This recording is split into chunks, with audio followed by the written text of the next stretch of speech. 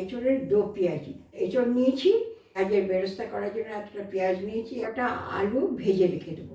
পেঁয়াজটা দিয়ে দেবো, এই রসুন আর আদাটা পেস্ট করে দিয়ে দেবো। এর মধ্যে দেবো নুন, হলুদ আর দিয়ে আমি ম্যারিনেট করে রেখে দিচ্ছি। এইটার মধ্যে ঠিক ততটাই হলুদ দিলাম, জিরের গুঁড়ো দিলাম হাফ চামচ, ধনেও দিলাম হাফ টিস্পুন, একটা টমেটো দিয়ে দিলাম এখানটায়, শুকনো লঙ্কার গুঁড়ো হাফ টিস্পুন দিয়ে দিলাম, নুন দিয়ে আমি এটা ভালো করে ম্যারিনেট করে রেখে দেবো। 2 চামচ আমি তেল দিয়ে দিলাম। তেল গরম হয়ে গেল, আমি এবার একটা আলুটা একটু ভেজে তুলে রাখবো, হালকা একটু হলুদ দেব, আলুটা ভাজার মতো। এই যে আমি আলুটা লাল করে ভেজে তুলে রাখলাম।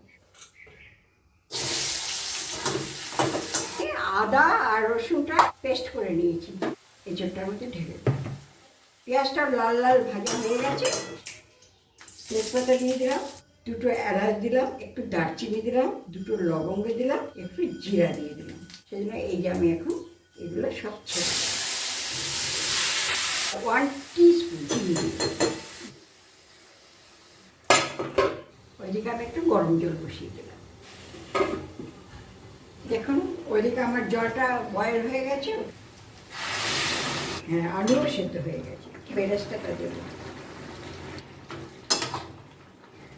এই 1 চামচ ঘি দিয়ে দিলাম। এই ভাজা মশলার গুঁড়োটাও আমার ঘরে তৈরি করা। হয়ে গেল আমার বেরেস্তা দিয়ে এঁচোড়ের দো পেঁয়াজা। সামনে এনে দেখাচ্ছি। দেখতে তো ভালো লাগছে,